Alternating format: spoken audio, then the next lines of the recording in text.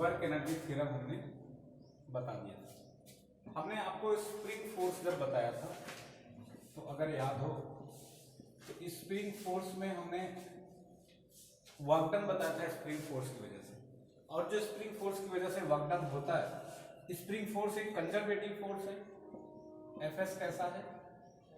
Kind of ये conservative force है। तो इसकी वजह से जो वर्क डन होगा, आपको बताया अभी कि work done by conservative force क्या होगा। Work done by conservative force ये होगा change in potential energy is equal to change in potential energy.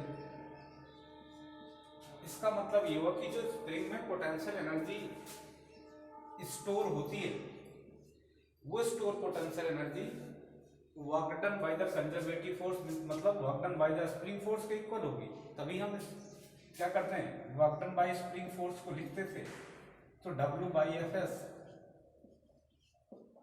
Bye spring force ये किसके इक्वल आता था? हाफ के इंटू एक्स स्क्वायर, बताया था अभी, हाफ के एक्स स्क्वायर बताया था, याद है ना? इंटीग्रेट करके बताया था वर्क डन।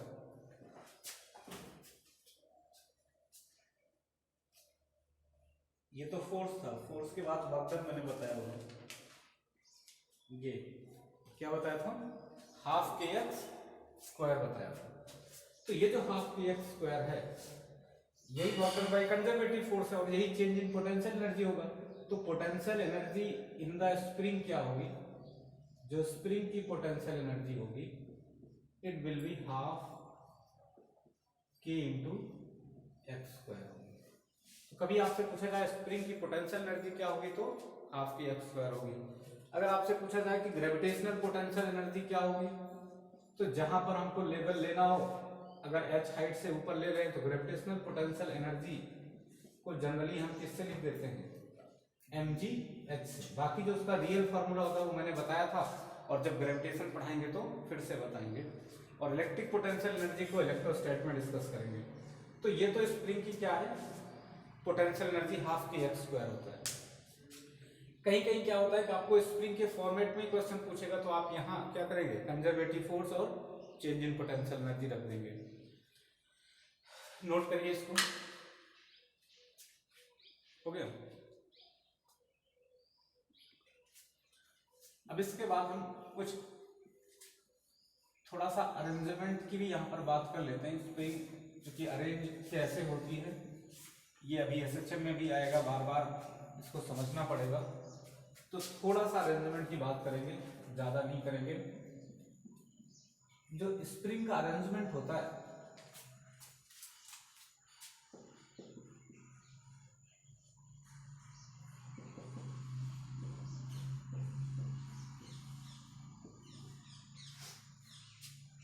वो ऐसे होता है कि जैसे अगर उनमें इलांगेशन और कंप्रेशन सेम हो रहे, तब तो हम ये मानेंगे कि वो कैसी हैं? पैरेलल में, ठीक है। और अगर उनमें इलांगेशन या कंप्रेशन अलग अलग हो रहे हैं तो हम उनको मानते हैं कि वो सीरीज में। तो दो तरीके का अरेंजमेंट होता है। कभी कभी स्प्रिंग को हम पैरेलली जोड़ते हैं, कभी कभी सीरीज में जोड़ते हैं। एक सीरीज अरेंजमेंट होता है और दूसरा पैरेलल अरेंजमेंट होता है। सीरीज का मतलब ये होता है कि जैसे ये है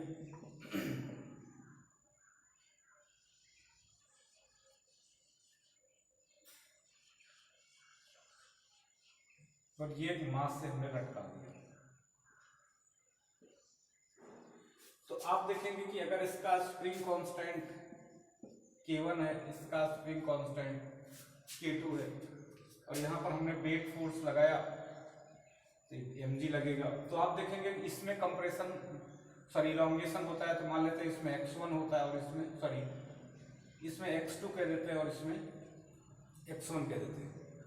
तो यहाँ का जो स्प्रिंग फोर्स आएगा, आप देखेंगे वो एफ एस जो होगा वो माइनस टाइम्स के x1 होगा, और यहाँ पर जो होगा एफ एस इस स्प्रिंग का वो माइनस टाइम्स के x2 हो जाएगा, ऐसा। ठीक है, यहाँ पर जो स्टोर पोटेंशियल एनर्जी होगी U वो हाफ के x1 स्क्वायर होगी, और यहाँ पर जो होगी इसको हम U डैश से दिखाते हैं तो हाफ के x2 का स्क्वायर, ऐसा। तो ये जो अलग अलग इलॉन्गेशन या कंप्रेशन होता है, तो इसी को x की अगर वैल्यू अलग अलग है तो हम क्या बोलते हैं, ये सीरीज कॉम्बिनेशन है। बच्चे ऐसे पहचान ही नहीं पाते कि लगा कैसे है। तो सीरीज कॉम्बिनेशन में x की वैल्यू क्या होगी, ये डिफरेंट होगी, डिफरेंट x, और x है क्या, इलॉन्गेशन या और कंप्रेशन। ये या तो इलॉन्गेशन है या तो कंप्रेशन है। जबकि यहीं से पैरेलल के केस में अगर हम समझते हैं तो पैरेलल में क्या होता है, इलॉन्गेशन या कंप्रेशन बराबर होता है, इक्वल होता है। जैसे ये है आपका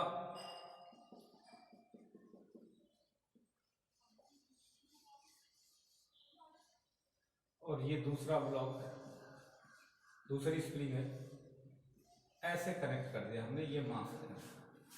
तो आप देखेंगे जब ये नीचे की तरफ खींचेगी, मतलब बेड फोर्स से नीचे की तरफ खींचेगी, इलॉन्गेट होगी, तो इसमें क्या होगा, बराबर से इलॉन्गेशन होगा, इस तरीके से अरेंज है, और इलॉन्गेशन बराबर से होगा तो इस पे स्प्रिंग फोर्स ऊपर की तरफ लगेगा।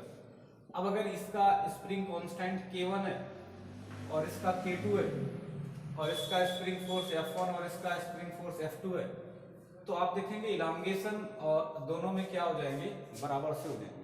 और जब इलॉन्गेशन इसमें बराबर से होगा तो यहाँ पर जो आपका F1 स्प्रिंग फोर्स होगा, ऊपर लिख दे रहे हैं, ये F1 स्प्रिंग फोर्स होगा वो हो जाएगा K1x, और जो F2 स्प्रिंग फोर्स होगा वो हो जाएगा K2x। समझ पा रहे हो कि नहीं समझ पा रहे हो? तो यहां इलॉन्गेशन और कंप्रेशन बराबर होता है। जबकि यहां अगर हम आते हैं इसमें, तो आप यहां पर ये देखेंगे कि इलॉन्गेशन कंप्रेशन दोनों अलग अलग होता है, ठीक है ना। इलॉन्गेशन और कंप्रेशन ये अलग अलग होते हैं, लेकिन जब हम इसको कंबाइन ऐसे लटकाते हैं तो ये जो नेट वैल्यू आएगी फोर्स की यहाँ पर, वो क्या होगा, इनका एक कंबाइंड फोर्स होगा। जैसे अगर थ्रू आउट द फोर्स क्या हो जाता है, फिक्स हो जाता है। अब इस बेस फोर्स को mg लगा रहे हैं तो ओवरऑल जो स्प्रिंग पे फोर्स लगेगा वो फिक्स फोर्स होगा, किसके इक्वल हो जाएगा, मतलब ये आपस में फोर्स इक्वेट हो जाएंगे, ऐसा होता है। जबकि यहां अगर हम कंबाइन करके लगाते हैं, हो सकता है फोर्स अलग अलग लग रहा हो, लेकिन इनकी जो वैल्यू होगी ये x और x, ये क्या होगी, इस कॉमन फोर्स से बराबर क्या करेंगे, एक्सपेंड करेंगे। क्लियर है ना। तो ये जो है आपको समझ में आ रहा होगा कि पैरेलल में क्या होता है, पैरेलल में इलॉन्गेशन या कंप्रेशन x की वैल्यू क्या होगी, सेम होगी, सिमिलर होगी, इट विल बी सिमिलर। ये आपको पहचानने का एक तरीका है, सिमिलर। और इसको फिर से मैं बता रहा हूं, ये क्या है, इलॉन्गेशन या कंप्रेशन।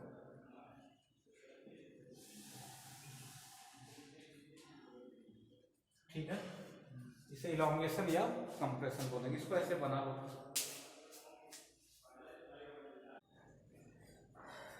तो ये समझ में आ रहा है।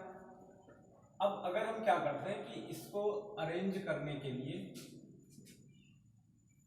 एक बार पैरेलल को देखते हैं कि इसमें सिमिलरिटी किसकी आ रही है, एक बार सीरीज को देखते हैं। तो आप जब पैरेलल को देखेंगे, पैरेलल कॉम्बिनेशन को, तो आपने देखा इसमें x क्या है, ये कॉमन है, ये सिमिलर है, ठीक है। मान लेते हैं कि इन दोनों स्प्रिंग को मिलाकर के हमने एक स्प्रिंग अज्यूम करी है, तो एक स्प्रिंग अकेले ये बेड फोर्स को संभालेगी, बात तो वही हुई ना। इन दोनों की जगह पर एक अगर मान लेते हैं, तो वैसे तो ये दोनों अलग अलग काम कर रहे हैं, तो आप ये बोलोगे कि जो ये दोनों हैं, अगर इनका इक्विवेलेंट स्प्रिंग कांस्टेंट अगर हम मिलाकर के के इक्विवेलेंट कह दें, एक इक्विवेलेंट है, अगर दोनों को मिला के एक स्प्रिंग करते हैं, तो उस समय भी इलॉन्गेशन या कंप्रेशन क्या होगा, x ही होगा, यही फोर्स लगेगा। और ये फोर्स किसके इक्वल होना चाहिए? जब ये अकेले संभालेगा तो इसका मतलब ये होना चाहिए कि ये दोनों अलग अलग जो फोर्सेस हैं, जो इधर लग रहा है जो इधर लग रहा है, इसके बराबर होना चाहिए। और इस पे जो फोर्स लग रहा था F1, उसको हमने कहा था ये K1x था, और जो F2 था वो क्या था? K2x था। तो ये फोर्स और ये फोर्स बराबर होंगे तभी तो हम इसे बोल सकते हैं। तो यहां से क्या होगा कि जैसे इसको हमने K1x लिख लिया और इसको प्लस में K2x लिख लिया, तो यहां से एक फॉर्मूला निकल के आता है जो क्या बताता है कि कभी अगर पैरेलल में स्प्रिंग अरेंज हो और उनके स्प्रिंग कांस्टेंट अलग अलग दिए हों, तो उनको अगर हम एक स्प्रिंग के इक्विवेलेंट लें तो उनका इक्विवेलेंट स्प्रिंग कांस्टेंट क्या होगा ये पूछता है। तो उनका इक्विवेलेंट स्प्रिंग कांस्टेंट के लिए फॉर्मूला क्या आ जाएगा? x पूरे से क्या हो जाएगा? कैंसिल हो जाएगा। तो k इक्विवेलेंट सीधे सीधे क्या हो जाएगा? K1 plus K2, direct sum. समझ रहे हो कि नहीं समझ रहे हो? तो कभी भी जब स्प्रिंग कैसे जुड़ी हो, अगर पैरेलल में जुड़ी हुई हो कई सारी स्प्रिंग, और उनसे पूछे कि आपसे पूछे कि इसका स्प्रिंग कांस्टेंट क्या होगा नेट, तो आपको क्या करना है? डायरेक्ट सम करते जाना एक तरफ से। ये बात आ रही समझ में कि नहीं? जैसे अगर हमने ये कर दिया,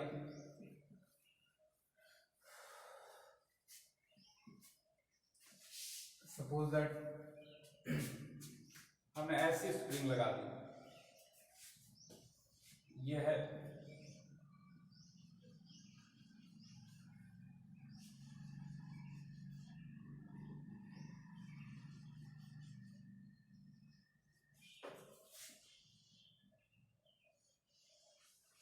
ये कोई ब्लॉक है और ये सरफेस पे स्मूथली आगे पीछे बढ़ता है, एम मास का है, इस पे फोर्स लगा के हम आगे बढ़ाते हैं। इसका स्प्रिंग कांस्टेंट K1, इसका K2, इसका K3। तो आप आगे इसको बढ़ाएंगे तो बराबर से इलोंगेट होगी, और बराबर से अगर इलोंगेट होगी तो मतलब कैसे अरेंज है? पैरेलल में। और अगर पैरेलल में अरेंज है तो इसका नेट इक्विवेलेंट कैपेसिटेंस क्या, sorry net equivalent spring constant क्या हो जाएगा? K is equal to K1 plus K2 plus K3। ये हम डायरेक्ट लिख सकते हैं, ठीक है। ऐसे सीरीज के लिए हम करते हैं, तो सीरीज के लिए जो आता है इसको नोट करो जल्दी से, ये हो, ठीक है। सीरीज के लिए अगर हम इसको करते हैं तो सीरीज में देखिए कैसे होता है। सीरीज में x तो अलग अलग होता है, आपको बताया भी था। जैसे अगर हम इसको सीरीज कॉम्बिनेशन में करते हैं तो हमने कहा था कि यहां पर x की वैल्यू क्या होगी? ये अलग अलग होगी। ये m मास है, mg अगर डाउनवर्ड लगेगा तो यहां पर ये वैल्यू जो होगी वो K1 है सपोज दैट, और ये वैल्यू क्या है? K2 है। इसमें जो इलांगेशन होता है उसको हमने x1, और इसमें जो इलांगेशन होता है उसको हमने x2 से बता दिया, ठीक है। तो आप देखेंगे कि यहाँ जो कंबाइंड फोर्स होता है, ये कंबाइंड फोर्स इन दोनों के क्या होगा? इन दोनों फोर्स के इक्वल होगा, क्योंकि यहाँ जो फोर्स आएगा, यहाँ जो फोर्स आएगा, यहाँ जो फोर्स आएगा वो कॉमन होगा, और उसी फोर्स को कौन संभालेगा? ये वेट फोर्स संभालेगा। समझ में आ रहा है? तो आप ये देखेंगे कि जो नेट इसमें जो F1 फोर्स होगा वो आपका होगा K1x1, और जो F2 होगा वो होगा K2x2, इस तरीके से। और यहां से आप एक चीज ये जानेंगे कि इन दोनों का जो आपका नेट इलांगेशन होगा, नेट इलांगेशन, अगर उसको हम K इक्विवेलेंट के साथ नेट इलांगेशन की बात करेंगे तो नेट इलांगेशन जो आएगा इट विल बी x। अगर हम नेट की बात करते हैं तो ये हो जाएगा x1 प्लस x2, होगा कि नहीं होगा? अरे भाई नेट इलांगेशन यही आएगा ना, x1 प्लस x2 होगा। और अगर हम x1 की बात करें तो x1 क्या होगा? ये हो जाएगा F1 अपान K1, यही तो होगा। और अगर x2 की बात करें तो ये क्या होगा? F2 अपान K2 होगा। और अगर हम क्या करते हैं,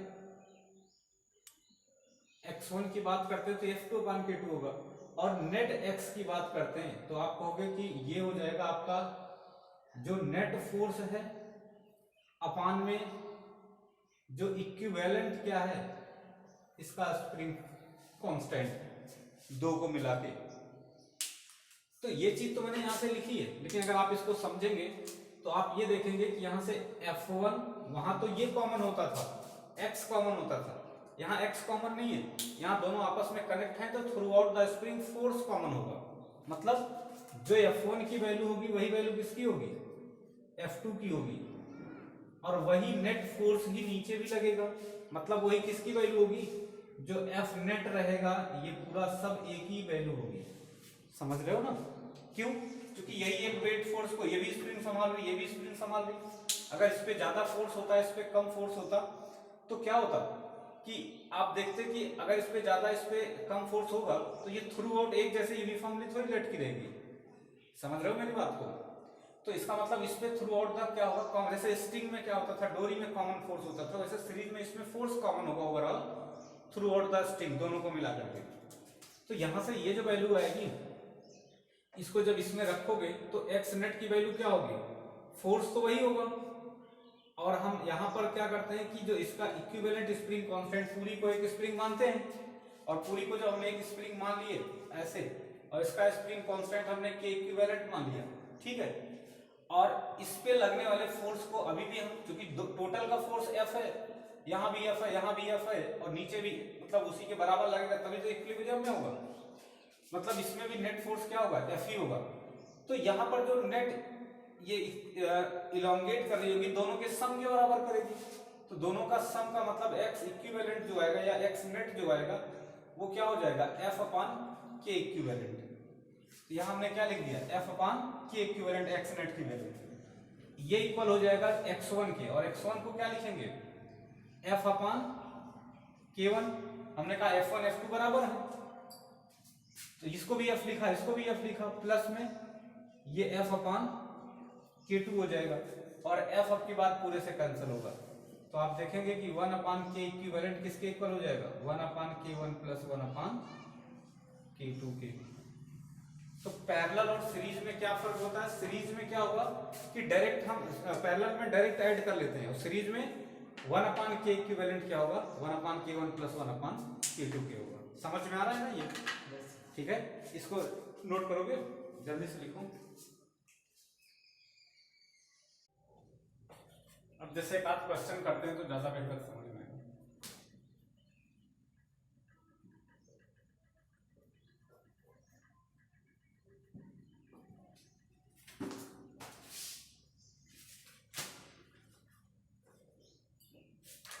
यहां से एक चीज और समझना, जैसे हमने फोर्स को बताया कि ये किस पे डिपेंड करता है, x पे और k पे, ये माइनस के एक्स जरूर है। जो k होता है ये किस पे डिपेंड करता है, ये बहुत इंपॉर्टेंट है। k जो होता है it depends on the nature of the spring, इसी वजह से इसे स्प्रिंग कांस्टेंट कहते हैं। किस पे डिपेंड करता है, नेचर ऑफ द स्प्रिंग पे। और k also depends natural length of the spring, ये नेचुरल लेंथ ऑफ स्प्रिंग पे डिपेंड करता है, ठीक है ना। मतलब k जो होता है वो अपनी नेचुरल लेंथ का इनवर्स प्रोपोर्शनल होता है। जैसे अगर ये कोई स्प्रिंग है, ये इसकी नेचुरल लेंथ है L, ठीक है, और सेम मटेरियल की दूसरी स्प्रिंग है इस तरीके से, और इसकी नेचुरल लेंथ है सपोज दैट, इसको हम L1 कह देते हैं। इलोंगेशन नहीं है, नेचुरल लेंथ है, बिना इलोंगेट और कंप्रेस किए, ये L2 है। तो यहां से जो स्प्रिंग कांस्टेंट होगा, जिसकी वैल्यू ज्यादा उसका स्प्रिंग कांस्टेंट कम होगा। अगर L1 is greater than L2 हो जाए तो इसका स्प्रिंग कांस्टेंट K1 है, इसका K2 है। तो आप ये देखेंगे सेम मटेरियल का है तो L1 is greater than L2 होगा, तो क्या हो जाएगा, K2 is greater than K1 हो जाएगा, क्योंकि इनवर्सली प्रोपोर्शनल होते हैं ना। समझ में आ रहा है, या दूसरा तरीका हम ये बोल सकते हैं कि अगर ये कांस्टेंट है, ये इनवर्सली प्रोपोर्शनल है, तो k इंटू एल क्या हो जाएगा, ये कांस्टेंट होगा। ठीक है, के एल क्या होगा, कांस्टेंट होगा फॉर द सेम मटेरियल। तो के एल कांस्टेंट होने का मतलब ये हुआ कि k1 L1 is equal to k2 L2 ना। तो कभी कभी ऐसा क्वेश्चन पूछा जाता है कि एक स्प्रिंग थी, L नेचुरल लेंथ की थी, उसका स्प्रिंग कांस्टेंट k था, उसको हमने काट के दो टुकड़ों में कर दिया, बराबर इक्वल हाफ में डिवाइड कर दिया। अब बताइए कि एक का स्प्रिंग कांस्टेंट कितना हो जाएगा, तो आप ये फार्मूला लगा सकते हैं। ठीक है ना, तो k इक्विवेलेंट आ जाएगा, नेक्स्ट मतलब उसका अगला k क्या होगा वो आ जाएगा। क्लियर है, नोट करिए इसको। अब एक दो क्वेश्चन में दे रहा हूं, इनको करिए। तो जो ये बताया ये आपको पता पड़ जाएगा कि समझ में आया कि नहीं आया। जैसे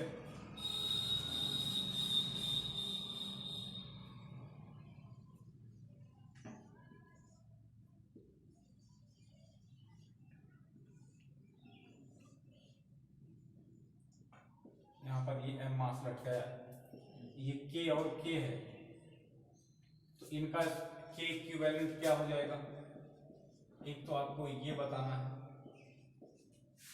दूसरा क्वेश्चन हम ऐसा लिखते हैं,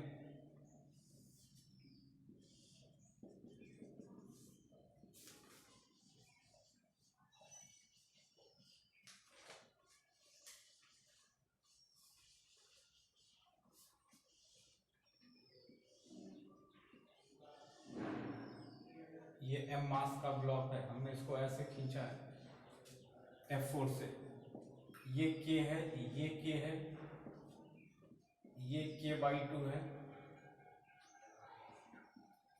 इसको हम इसको 2k और इसको 2k कर दे रहे हैं।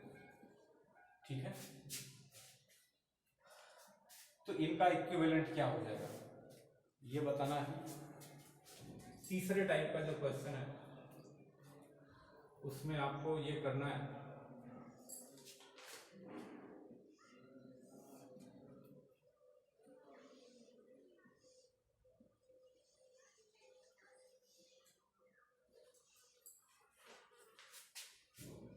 ये एक ब्लॉक है,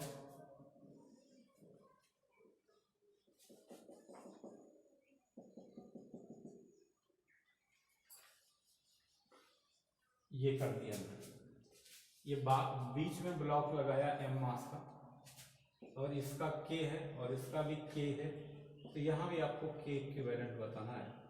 इसको हम किसी एक तरफ फोर्स लगा के खींचेंगे, F अप्लाइड फोर्स, ये किधर भी खींच जाएगा।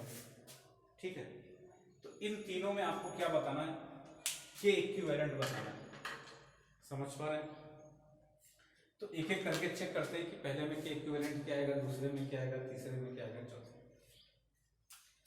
फर्स्ट वाले को देखेंगे अगर हम, तो आपको देखने से ही लग रहा है ये किसमें है, पैरेलल में, और पैरेलल में है तो इसका k इक्विवेलेंट क्या हो जाएगा, सीधे सीधे डायरेक्ट सम करेंगे k1 प्लस k2 मतलब k प्लस k, तो इसका आंसर क्या आ जाएगा 2k हो जाएगा।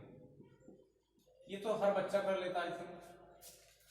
अब यहाँ आते हैं, यहाँ आप देखेंगे कि ये दोनों क्या है, अगर इनको ऐसे खींचोगे तो इनमें अलग कंप्रेशन इलोंगेशन आएगा, इनमें अलग आएगा, इनमें और इनमें अलग अलग आएगा। ठीक है, लेकिन अगर ये कंबाइन इफेक्ट देखोगे तो क्या होगा, इन दोनों का कंबाइन और इन दोनों का कंबाइन सेम आएगा।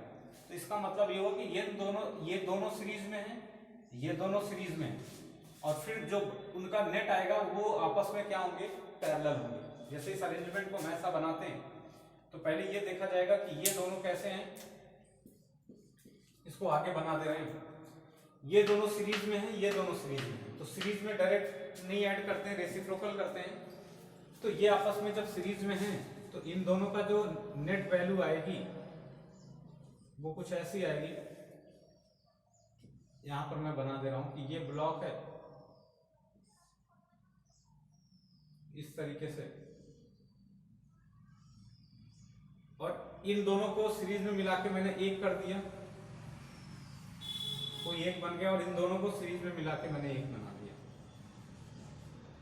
इसको हमने इन दोनों का जो इक्विवेलेंट आएगा, दोनों सीरीज में है तो क्या आएगा, 1/k इक्विवेलेंट क्या हो जाएगा, 1/k प्लस 1/k।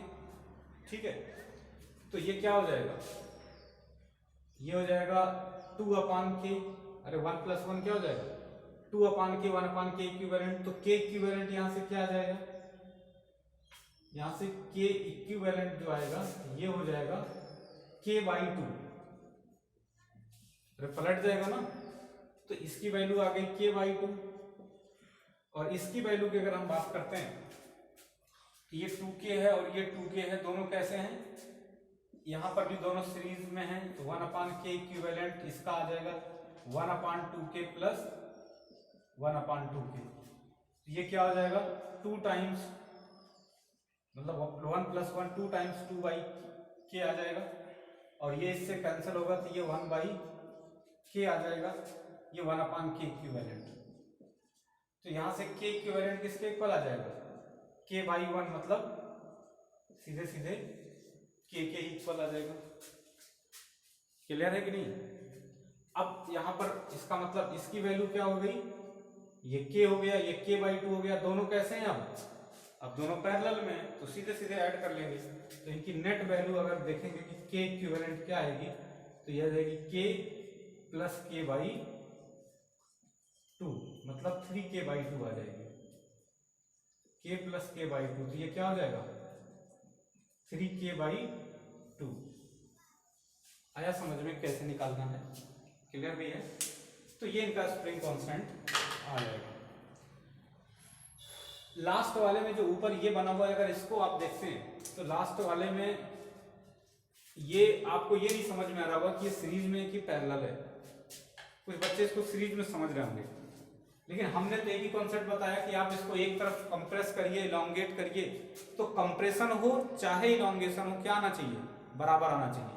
तो अगर जब इसको हम कंप्रेस करेंगे इस तरफ, तो ये वाली तो कंप्रेस होगी, बट ये वाली क्या होगी, इलॉन्गेट होगी। तो जब इसको हम x कंप्रेस करेंगे तो x ही तो ये इलॉन्गेट होगी। इसका मतलब दोनों कैसे हैं, पैरेलल हैं। क्यों पैरेलल हैं, क्योंकि कंप्रेशन इसमें जितना हो रहा है उतना इसमें इलॉन्गेशन हो रहा हो। हमने x बताया था बराबर होना चाहिए, ये थोड़ी ना कहा था हर जगह कंप्रेशन ही होगा, समझ रहे हो। तो बच्चे जानते हैं कि वो ये समझते हैं कि ये कैसे है, सीरीज में है, बट सीरीज में ये नहीं है, ये कैसे है, पैरेलल है। जब इसको एक तरफ प्रेस करोगे या इस तरफ प्रेस करोगे तो कंप्रेशन या इलॉन्गेशन क्या होगा, बराबर से होगा। तो यहाँ पर k इक्विवेलेंट क्या आ जाएगा, k इक्विवेलेंट डायरेक्ट सम करना है तो k + k क्या हो जाएगा, 2 टाइम्स k। तो हमको लग रहा है कि आपको आ गया होगा स्प्रिंग के बारे में जो भी। तो स्टोर्ड पोटेंशियल एनर्जी ½ kx² हो जाएगा, फोर्स kx हो जाएगा, -kx, माइनस बताता है कि अप्लाइड फोर्स के अपोजिट डायरेक्शन में होगा या डिस्प्लेसमेंट के अपोजिट डायरेक्शन, या आप ये कह सकते हो कंप्रेशन या इलॉन्गेशन के अपोजिट डायरेक्शन में। तो ये ओवरऑल स्प्रिंग आपका जो बताना था ये खत्म हो गई है। हमने मोशन को कोरिलेट करते हुए भी बता दिया, थोड़ा एसएचएम से भी कोरिलेट करते हुए बता दिया, ताकि आगे दिक्कत ना हो जब सेकंड बुक में हम आपको एसएचएम पढ़ाएं तो। ठीक है, इसको नोट कर लीजिए जल्दी से।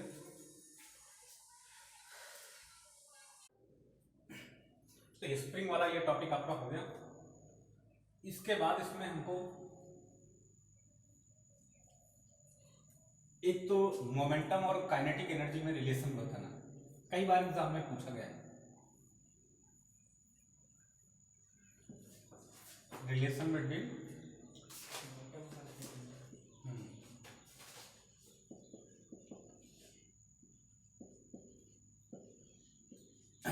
इसे लीनियर मोमेंटम भी कहते हैं, मोमेंटम बोल सकते हो।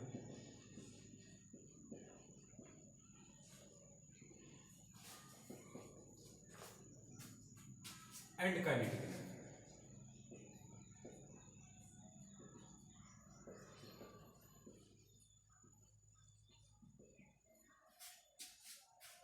इनके बीच में क्या रिलेशन। तो अगर हम आपसे काइनेटिक एनर्जी की बात करें तो आप जानते हैं ये क्या होता है, ½ mv² होता है। काइनेटिक एनर्जी को k से रिप्रेजेंट करें, और अगर मोमेंटम को जो कि p से रिप्रेजेंट करते हैं तो p क्या होता है, it is product of mass into velocity. ये लीनियर मोमेंटम होता है। ठीक है। अब इस काइनेटिक एनर्जी का इसके साथ रिलेशन अगर हम निकालते हैं तो के जो है ये हो जाएगा half m into B square ना। क्या करते हैं इसको हम मास से ऊपर नीचे मल्टीप्लाई करते हैं। जैसे ये के है ऐसा, ये है आपका हाफ, तो मास से ऊपर नीचे मल्टीप्लाई करेंगे तो ये हो जाएगा m into B square upon m। समझ में आया? ये आपका हाफ एम बी स्क्वायर ये है। हमने क्या किया कि m से ऊपर नीचे मल्टीप्लाई कर दिया, कोई फर्क नहीं पड़ेगा इससे। अब इसको हम क्या करते हैं, ये हो गया काइनेटिक एनर्जी, ये हो जाएगा हाफ, ये हो जाएगा आपका m square v square upon में m। या इस काइनेटिक एनर्जी k को हम ऐसा लिख सकते हैं कि m square v square upon 2m। और आप जानते हैं कि p जो होता है वो m इंटू बी है, तो p स्क्वायर क्या होगा, ये होगा m square into B square. तो काइनेटिक एनर्जी को हम क्या लिख सकते हैं, ये हो जाएगा आपका p स्क्वायर अपान 2m। समझ रहे हो? या मोमेंटम जो होगा p स्क्वायर ये हो जाएगा 2 टाइम्स m इंटू के, या p हो जाएगा आपका स्क्वायर रूट 2m के। ये एग्जाम में पूछा जाता है ये, ठीक है। अगर आपसे वेलोसिटी का रिलेशन पूछ ले सपोज दैट इसी में, तो आप वेलोसिटी के भी फॉर्मेट में इसको बता सकते हैं, मोमेंटम को और इसको काइनेटिक एनर्जी का वेलोसिटी के टर्म्स में और p के टर्म्स में हो जाएगा। आ रहा समझ में ना?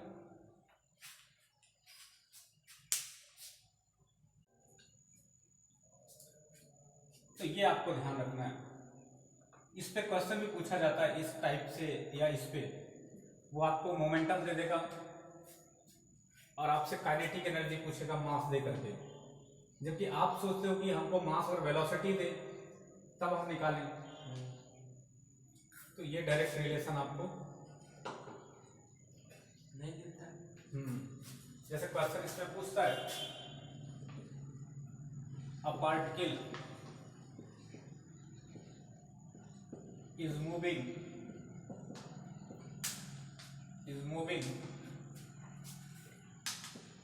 with kinetic energy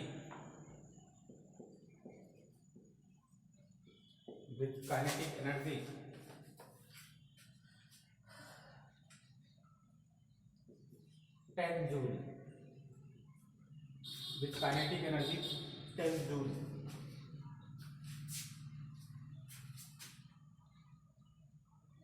having mass 10 joule,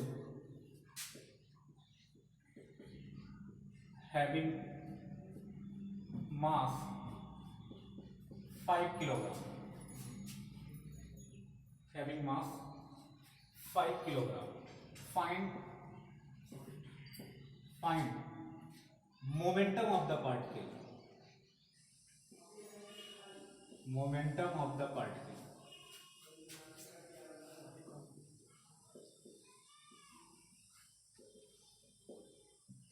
तो मोमेंटम पार्टिकल का बताना है। अब इस क्वेश्चन को करने का तरीका क्या है कि आपको यही लगाना है कि p square is equal to क्या हो जाएगा 2m के ना, यही तो होगा। अभी हमने क्या बताया था, k बताया था p स्क्वायर बाई 2m, तो p क्या हो जाएगा 2m के, p स्क्वायर 2m के हो जाएगा, या p क्या हो जाएगा स्क्वायर रूट 2m इंटू के ना। अब काइनेटिक एनर्जी की वैल्यू आपको दी गई है 10 जूल, यहाँ पर k क्या दिया हुआ है 10 जूल दिया हुआ है, मास क्या दिया हुआ है 5 kg दिया हुआ है। तो बस दो ही चीज की जरूरत थी, फट से रख देंगे, क्या हो जाएगा ये काइनेटिक p की वैल्यू क्या आ जाएगी, यहाँ से p की वैल्यू आ जाएगी स्क्वायर रूट 2, m को 5 रख दिया और इसको 10 रख दिया, तो ये क्या हो जाएगा P की वैल्यू यहां से हो जाएगी स्क्वायर रूट 100। क्यों भाई? ये स्क्वायर रूट 100 हो जाएगा 10, तो 10 आएगा। और यूनिट भी ध्यान रखना है 10। और इसकी यूनिट की बात करेंगे तो मोमेंटम की यूनिट क्या होगी? किलोग्राम मीटर पर सेकेंड। अरे m इंटू वी होता है ना ये, तो ये केजी हो जाएगा, ये मीटर पर सेकेंड वेलोसिटी होती है, तो ये हो जाएगा केजी मीटर पर सेकेंड। याद रहेगा? चलिए, तो इस टाइप का एक क्वेश्चन आपसे पूछा जाता है। कभी कभी इसके चेंज में क्वेश्चन आते हैं, तो अगर हम चेंज को ग्रेटर चेंज के बारे में बात करते हैं कि 50%, 100%, 150% चेंज हो रहा है, तो चेंज के लिए भी इस फार्मूले को हम वैलिड कर सकते हैं, जैसे अभी बता रहे हैं। लिख लिया? इस फार्मूले को अगर चेंज के फॉर्मेट में करते हैं, परसेंटेज चेंज जो करते हैं, तो अगर ऐसा लिखा हुआ है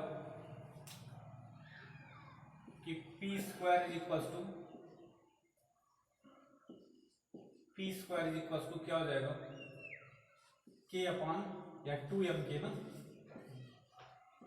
2m के। यहां के क्या है? काइनेटिक एनर्जी है। या आपसे ये कहा जाए कि के जो हो जाएगा वो हो जाएगा पी स्क्वायर अपान 2m, ऐसा। और अगर मास को हम कांस्टेंट कर देते हैं, ये मास क्या है? कांस्टेंट, तो k जो होगा वो डायरेक्टली प्रोपोर्शनल होगा किसके? पी स्क्वायर के। तो यहां से एक रिलेशन निकालते हैं लार्ज चेंज के लिए कि डेल्टा k अपान k, ये जो रिलेटिव चेंज है, ये क्या हो जाएगा? It will be equals to 2 times delta p upon p। ये समझ लो, डेल्टा k अपान k, इसको बोलते हैं रिलेटिव चेंज। रिलेटिव चेंज दोनों में क्या आ जाएगा? ये इसके डबल रिलेटिव चेंज के इक्वल होगा। Relative change in kinetic energy है ये, और ये क्या है? ये रिलेटिव चेंज इन मोमेंटम है। ठीक है? तो यहां से परसेंटेज चेंज जो आएगा, 100 से दोनों तरफ मल्टीप्लाई कर देते हैं, तो ये हो जाएगा डेल्टा के अपान के इंटू 100। असल में इसी रिलेटिव चेंज को हम फ्रैक्शनल चेंज भी कहते हैं। इसी को क्या बोलते हैं? Fractional change. और फ्रैक्शनल चेंज या रिलेटिव चेंज का मतलब होता है 1 में चेंज, या इसी को हम फ्रैक्शनल चेंज कहते हैं। 1 में चेंज कहने का मेरा जो सेंस है वो मैं यहां पर समझा दे रहा हूं आपको। जैसे हमने कहा कि जब इसकी काइनेटिक एनर्जी k है और मान लेते हैं इसमें चेंज कितने का हो रहा है? डेल्टा k का, तो 1 में कितने का चेंज होगा? इसी को फ्रैक्शनल चेंज कहते हैं। तो डेल्टा k अपान k नहीं हो जाएगा 1 में। ऐसे हम जब 100 में चेंज की बात करेंगे, 100 में परसेंट चेंज क्या होगा? ये हो जाएगा delta k upon k into 100। ये परसेंटेज चेंज हो गया। आ रही बात समझ में? तो जो परसेंटेज चेंज होगा काइनेटिक एनर्जी का, it will be equals to 2 times क्या हो जाएगा भैया? 2 times delta p upon p into 100। समझ में आया? तो ये क्या लिखा हुआ है? ये लिखा हुआ है percentage change in the kinetic energy, और ये क्या लिखा हुआ है? Percentage change in the momentum. ये है percentage change in kinetic energy, और ये क्या है? ये है परसेंटेज चेंज इन मोमेंटम। तो जो क्वेश्चन पूछा जाता है आपसे आपके स्तर पे, वो ये ऐसे पूछता है कि अगर काइनेटिक एनर्जी में चेंज जो है वो 30% का है, तो मोमेंटम में चेंज कितने का होगा? या मोमेंटम में चेंज 20% का है, तो काइनेटिक एनर्जी में चेंज कितना होगा? तो क्या हो जाएगा, इसका मतलब आपको ये दिया हुआ है तो ये निकालना है, तो क्या करेंगे 2 इंटू 20 40% हो जाएगा। इस टाइप से क्वेश्चन आपसे इसमें पूछे जाते हैं, नोट करिए इसको। कर लिया? चलिए फिर नेक्स्ट स्टेप पे बताते हैं।